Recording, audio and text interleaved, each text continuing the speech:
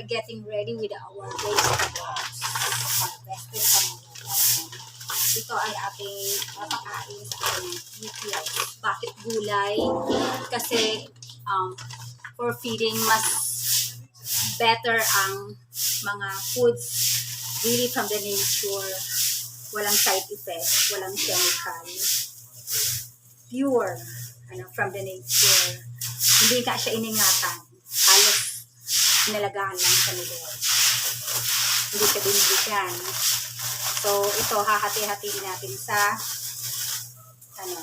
dalawa. Kasi dito sa bahay at sa amin, sa karangan. Extra. So, shout out pala kay ate na pinakuha muna tayo ng gulay. Tapos, babayaran na lang someday in the near future. Tapos, nagkuha din tayo ng maliliit na isda. Pritong lang siya.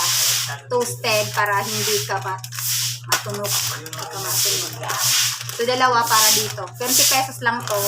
Matagal na din itong ulaman.